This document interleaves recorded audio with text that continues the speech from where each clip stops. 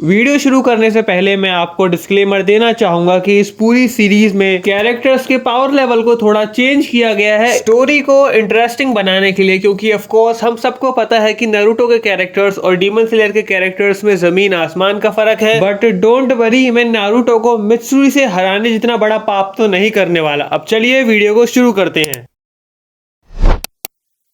कहानी की शुरुआत एक हाई स्कूलर गर्ल के साथ होती है जो कि अपने स्कूल से घर जा रही होती है और वो काफी ज्यादा खुश होती है क्योंकि आज फादर्स डे है। उसकी माँ नहीं है, बचपन से उसके फादर ने उसको पाला है, इसलिए वो अपने फादर से बहुत ज्यादा प्यार करती है और उसके लिए उसने एक सरप्राइज प्लान किया था। आज के दिन जैसे ही वो घर पहुंचती है वो अपने फादर को ढूंढने लग जाती है, लेकिन उसके कमरे में पूरे घर में सारी की सारी लाइटें बंद थी। वो ये देखकर काफी ज्यादा शॉक हो जाती है, वो काफी ज्यादा डर जाती है और अपने पूरे घर में फादर को ढूंढने लगती है, चिल्लाने लगती है, लेकिन उसके फादर रिप्लाई नहीं देते। वो काफी ज्यादा परेशान हो जाती है। फिर उसे रियलाइज होता है कि कुछ जमीन पर चिपचिपा पड़ा हुआ है। उसके बाद वो लाइट जलाती है और उसके बगल में ही उसके फादर की लाश पड़ी हुई थी जिसमें से बहुत ज्यादा खून निकल चुका था। इतना ज्यादा खून निकल चुका था कि वो समझ जाती है कि बहुत पहले ही इनका मर्डर हो चुका है। वो ये देखकर एकदम सुन्न पड़ जाती है और चिल्लाने लग जाती है। उसकी आंखों से आंसू नहीं रुकते और चिल्लाते चिल्लाते उसकी आवाज भी बैठ जाती है। तभी उसे रियलाइज होता है कि दो लोग पीछे बैठे हुए हैं और वो दोनों थे ककाशी और माइट गाय। माइट गाय ककाशी को डांट रहा होता है और बोल रहा होता है कि देखो तुमने बेचारी बच्ची की क्या हालत कर दी। ककाशी बोल रहा है मेरी गलती नहीं है, मुझे लगा था कि तुम इसी नारुतो की बात कर रहे हो। माइट गाय उस लड़की के पास आता है, उसे सॉरी बोलता है और बोलता है कि हमारी ही गलती है, हमें माफ कर दो, हम असल में नारुतो उजुमाकी को ढूंढ रहे हैं, लेकिन क्योंकि तुम्हारे पापा का नाम भी नारुतो था इसलिए गलती से हमने उन्हें मार दिया। और उसके बाद वो लड़की गुस्से में आकर अटैक करती है ककाशी पर, लेकिन ककाशी अपनी चिदोरी का इस्तेमाल कर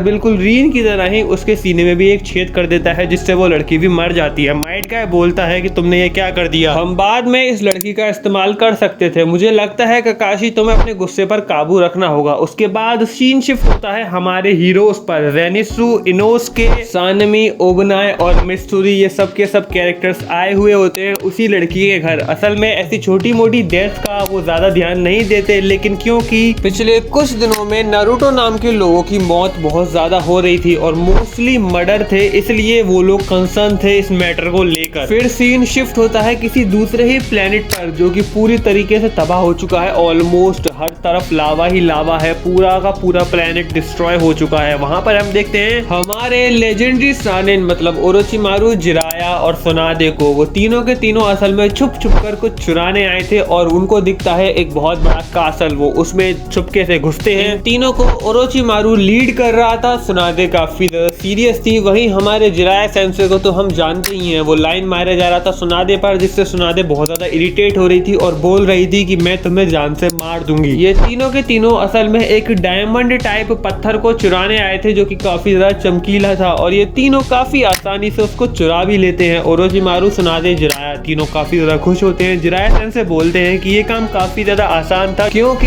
इन लोगों को अभी वापस भी जाना था। तो सुनादे गुस्सा करती है और बोलती है कि अभी हमें वापस भी पहुंचना है, इसलिए जल्दी करो। ओरोचिमारू बिना कुछ सोचे समझे उस पर हाथ मारता है, लेकिन जैसे ही वो डायमंड को ओरोचिमारू पकड़ता है उसका सर धड़ से अलग हो जाता है। उसके बाद सुनादे को बहुत बड़ा झटका लगता है, वो कुछ देर के लिए हिलना बंद कर देती है। तभी वहां पर जिराया आता है, सुनादे को होश में लाता है और वो दोनों वहां से भागने लगते हैं। पर जैसे वो भाग ही रहे होते हैं तभी उन्हें दिखता है दूर कोई आदमी खड़ा है बड़े बड़े बालों में और वो अंधेरे में खड़ा है। जैसे ही वो धीरे धीरे कर आगे बढ़ता है ये दोनों की फटके चार हो जाती है और जैसे ही अंधेरा उसके ऊपर से हटता है हमें पता लगता है वो और कोई नहीं बल्कि मादरा उचिहा है। मादरा अपनी फायर बॉल का यूज करता है जिसके डिफेंस में जिराया यूज करता है अपनी वॉल का। वो जो डिफेंस वाली वॉल थी जो कि उसने पेन के खिलाफ भी यूज करी थी, लेकिन उसका कोई फायदा नहीं होता। मादरा का अटैक इतना स्ट्रॉन्ग था कि वो वॉल को चूर चूर कर देता है। उसके बाद हम देखते हैं कि सुनादे आंख बंद कर लेती है। जैसे ही सुनादे आंख खोलती है वो देखती है कि जिराया उसके सामने खड़ा है और जिराया ने असल में सुनादे को प्रोटेक्ट किया है उसकी फ्लेम से, जिसकी वजह से सुनादे को तो कुछ नहीं हुआ, लेकिन जिराया पीछे से पूरी की पूरी तरह से जल चुका है। जिराया घुटनों पर आ जाता है और वो सुनादे से बोलता है कि तुम्हें अभी यहाँ से जाना चाहिए। सुनादे बोलती है कि चलो हम दोनों चलते हैं, लेकिन जिराया बोलता है कि मैं इसको रोकने की पूरी कोशिश कोशिश करूंगा ताकि तुम्हें टाइम मिल जाए यहाँ से निकलने के लिए, अभी निकलो यहाँ से। लेकिन सुनादे मना कर देती है। माद्रा अपने शैडो क्लोन्स का यूज करता है और उसके शैडो क्लोन्स को जिराया और सुनादे दोनों मिलकर काफी आसानी से डिस्ट्रॉय कर देते हैं। लेकिन जैसे ही ओरिजिनल माद्रा उन दोनों की तरफ बढ़ने लगता है, दोनों की फट जाती है। दोनों एक दूसरे से लड़ने लगते हैं कि कौन यहाँ से जिंदा जाएगा। तभी जिराया के मुंह से खून निकलने लगता है और जिराया बोलता है कि अगर मैं यहाँ से निकल भी गया तो मैं ज्यादा देर तक नहीं जा पाऊंगा, मैं तुम पर बोझ ही बनूंगा। मेरी हालत ऑलरेडी बहुत ज्यादा खराब है, तुम्हें जीना होगा और मैं नहीं चाहता कि मेरे सामने तुम मरो। फिर हम देखते हैं कि अगले ही सीन में जिराया हेड ऑन अटैक करता है माद्रा पर, तुरंत भागकर आता है और माद्रा ये सोच रहा होता है कि इतना बेवकूफ तो ये नहीं होगा कि डायरेक्ट अटैक करे, और वो सही होता है। असल में वो जिराया का शैडो क्लोन होता है। जिराया नीचे से अटैक करता है माद्रा पर, लेकिन माद्रा एक बार में ही जिराया की गर्दन पकड़कर तोड़ देता है, जिसके बाद जिराया बिल्कुल भी हिलने लायक नहीं रहता और सुनादे पोर्टल का यूज कर वहां से भाग चुकी थी। और फिर माद्रा जिराया को भी बहुत बुरी तरीके से मार देता है। अगर डिटेल में बताऊं तो वो उसके सीने में हाथ घुसेड़कर उसका दिल निकाल लेता है, जिसकी वजह से वो मारा जाता है। फिर वो वहां से चला जाता है, लेकिन हमें पता लगता है कि ओरोचिमारू मरा नहीं था। ओरोचिमारू अपना सर गर्दन से लगाता है और उसके बाद वो वहां से भाग जाता है। फिर हम देखते हैं कि जहां पर हमारे सारे हीरोज थे वहां पर काकाशी और माइट गाय अटैक कर देते हैं। माइट गाय काकाशी से बोलता है कि तुमने ऑलरेडी बहुत फन कर लिया, अब मेरी बारी है। और माइट गाय अकेले इनोसुके, जेनित्सु, सानमी, ओबनाई और मित्सुरी को खत्म कर देता है। पर माइट गाय ने जेनित्सु को इतनी तेज मारा था कि वो बेहोश हो गया और बेहोशी की हालत में वो फिर अटैक करता है माइट गाय पर और उसका हाथ काट देता है। हम सबको पता है कि जब जेनित्सु बेहोश होता है या सो रहा होता है तब वो ज्यादा खतरनाक होता है। जेनित्सु की स्पीड देखकर वहां पर खड़े काकाशी और माइट गाय दोनों शॉक हो जाते हैं और माइट गाय का जैसे ही हाथ कटता है वो बहुत बुरी तरीके से गुस्सा हो जाता है और ओपन करता है अपना 6th gate, direct 6th gate. लेकिन काकाशी उसको रोकता है और बोलता है कि तुम पागल हो चुके हो, अपना 6th गेट तुम वेस्ट कर रहे हो इस पर, और 6th गेट यूज करने के बाद तुम वैसे भी लड़ने लायक नहीं रहोगे, चलने लायक भी नहीं रहोगे, मुझे तुम्हें उठाना होगा, जो कि मैं नहीं चाहता। तुम साइड हटो, मैं इसको देखता हूँ। फिर सीन शिफ्ट होता है दूसरी तरफ, जहाँ पर शिनोबु,